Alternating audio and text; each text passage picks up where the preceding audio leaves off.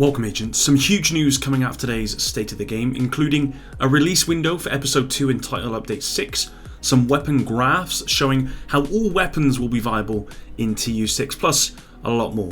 If you enjoyed this one, please hit the like button below, subscribe for dedicated Division 2 content, and let's start. As always with these videos agents, rather than write out a script, I'm simply going to go through the notes that I've put down on this. There's quite a bit here, and I'll do my best to not go off topic, but I may well do.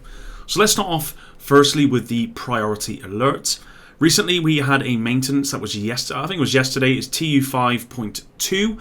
This introduced the new Apparel event among some other fixes which you can find on the official Ubisoft website.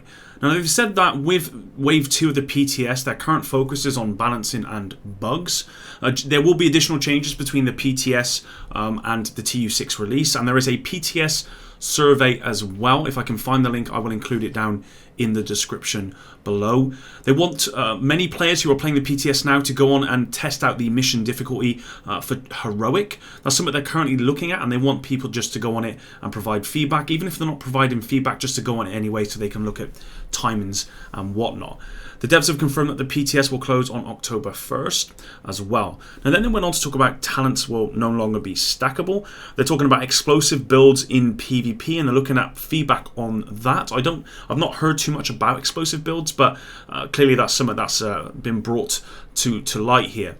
Now the Apparel event is obviously live at the moment. I think it went live yesterday. There's 4 new outfits, and I believe I haven't quite covered those at the moment, but maybe I'll cover them in the future. But you got 4 new outfits, and to be honest, they look pretty cool, and that will be live until October 15th, when they've confirmed that, well, they haven't confirmed this, but what they've said is that TU6 and Episode 2, which are one and the same thing, by the way, so I'm just going to say Episode 2 will be going live in mid-October. I'm going to assume it will be October 15th when it will go live, but we don't know for sure yet. They didn't actually say. In respect to the Apparel event, on screen I'll probably do a video on this, but there are some cache changes as well that are coming. Maybe I'll do that in a separate video, which is interesting to know about. But if you don't want to wait out for that video, then you can go and check that again on the official Ubisoft website. They confirmed that with field proficiency caches and DZ caches, they're not meant to guarantee keys for the event. I think there was maybe some misunderstanding that they were, and instead they are percentage based. So then they went on to say, obviously, TU6 and Episode 2, they're one and the same, but there's a lot coming, because not only do we have the balancing patch here, or the huge balancing patch, but we've obviously got a lot of new content coming with Episode 2. You know, you're going to get the main narrative, we're going to be going to the Pentagon, and unfortunately they didn't really go into any more detail about that. So yeah, they kind of went on then to talk about TU6. They confirmed that with Episode 2 there will be a new specialization. More info on that will be coming soon. I assume that'll be in the next week's State of the Game.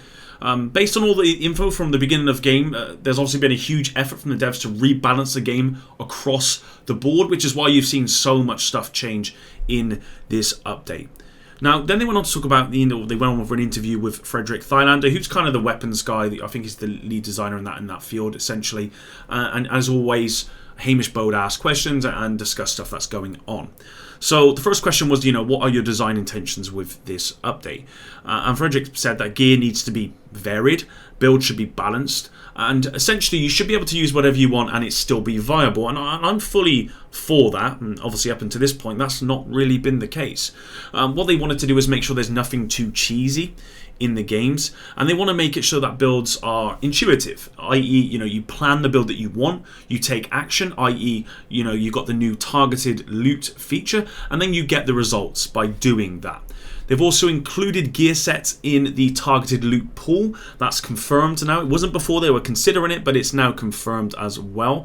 They went on to talk about PvP changes. Got your new maps and new modes, and then you've got all of this rebalancing stuff. So and how it impacts PvP. At the moment, all you're seeing is new maps, new modes, and people may not be particularly happy with that because we've not heard a whole lot about the general PvP stuff. However, because of all the balancing with gear stuff and all that stuff, it impacts PvP massively, and they're obviously going to be waiting for feedback on that sort of stuff.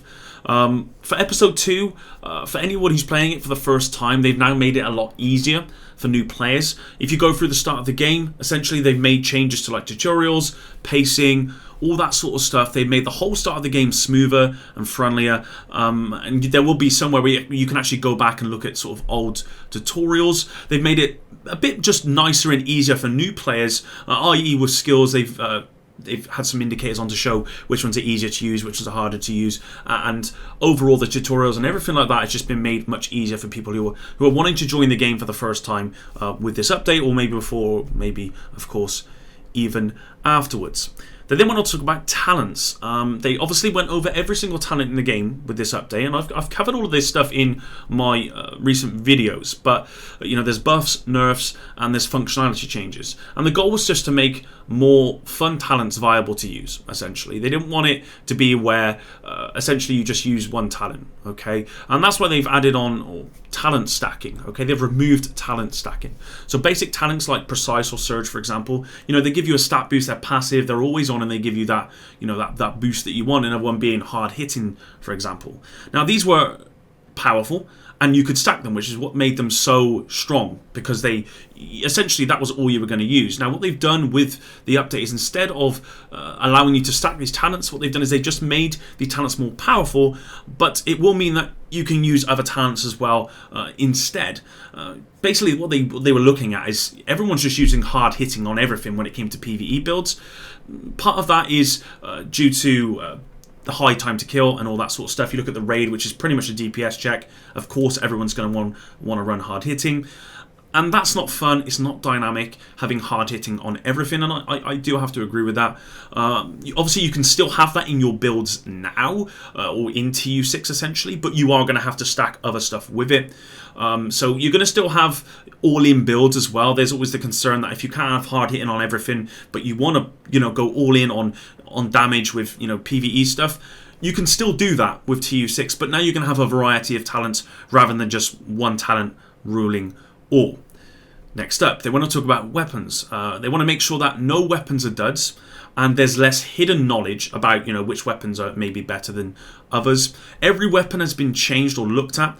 They've used mathematical modeling, and they've rebalanced everything. And they wanted to make sure all weapon types and all models in some way will, and of course there's going to be different roles for different weapons, but they want to make sure they're all viable, essentially. And they want to make sure really that they're all viable for endgame. And this is where they talked about graphs. Okay, so what you're going to see on screen is essentially before TU6 graph and after TU6 graph. And what you'll see with these images is that before TU6, there's quite a big difference between the best gun and the worst. But with TU6 and after TU6, it's going to be much tighter together, so that pretty much any gun you pick up is going to be viable. And I just think that's really, really positive, using that mathematical equation to work out, okay, this is the best gun, we're going to pull everything closer together. Of course, they're not all equal, but they are much closer together. Further graph here is an LMG graph before TU6. And this was actually modeled based on an extended mag being on there. As you can see, the M60 is vastly outperforming all the other LMGs, and actually outperforms all the other assault rifles, actually, is what they were saying. And then if you look at the after TU6, of course, M60 is still the strongest, but they are much closer together, and that is great. Okay, now they want to talk about there's going to be likely some more adjustments for the live game, like shotguns, which actually haven't had a pass yet, but will be. They then went on to touch about the Eagle Bearer. Now, they kind of apologized that they put out the nerf, the 15% nerf, but they didn't put out the context with that. But people should now be experiencing the whole picture, which is that the Eagle Bearer is by far still the best weapon in the game. It's still something you're going to want to grind for, because you've got the P416 nerf, coming that down by 5%. And ultimately, all the other weapons are still going to be really good, but the P416 is still going to be the best, essentially. It is what they're kind of getting at here.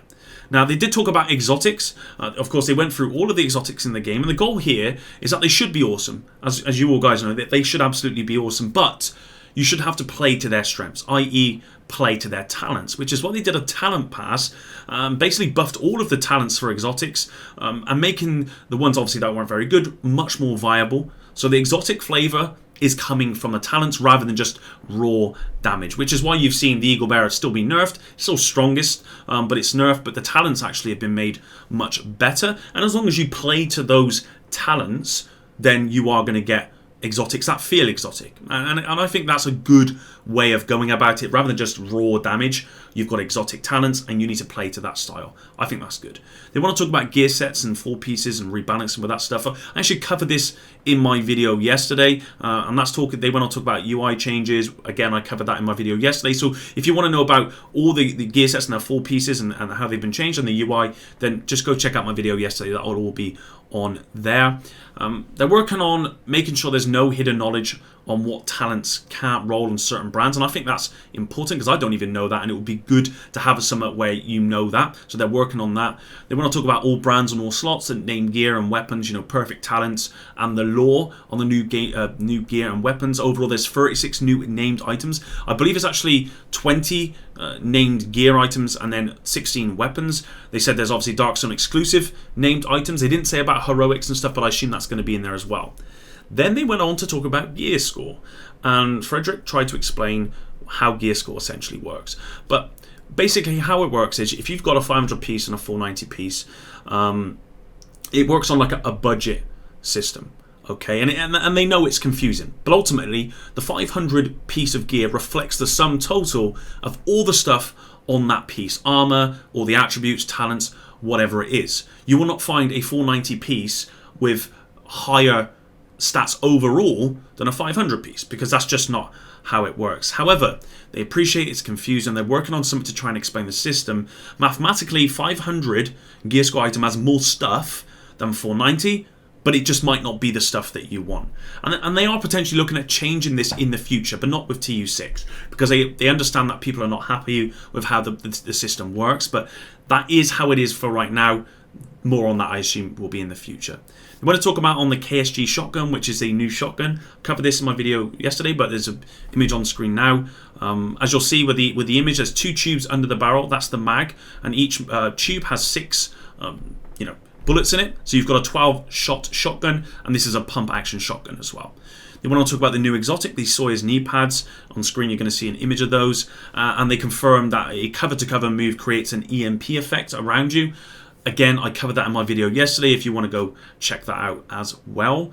Now, they went on to say about, some people have put a lot of work into their builds, and people are going to have to remake their builds, and the devs are completely aware of that. And this is not something they intend to do very often, but it needs to be done. And I have to agree. I have builds that are going to be lost as a result of this, but it's better to do it now than do it later, essentially. They then reverted back to weapons again, and they were talking about the different. They kind of went through all the different types of weapons. So they talked about SMGs to start off with. Obviously, SMGs weren't really viable in terms of raw damage as it is. So almost all of them universally have been given a buff. And in the final version, get this, they're going to be taking away critical strike range, which again is huge news, and I think that's what everyone wanted. Really good about that. They want to talk about assault rifles. They're pretty good, or they right now the meta is obviously the P416, which had to be brung down. As we all know, that's about 5% at the moment, and all the others have been brought up in line with that. And they want to make sure that they don't beat out the Eagle Bearer, but are still viable.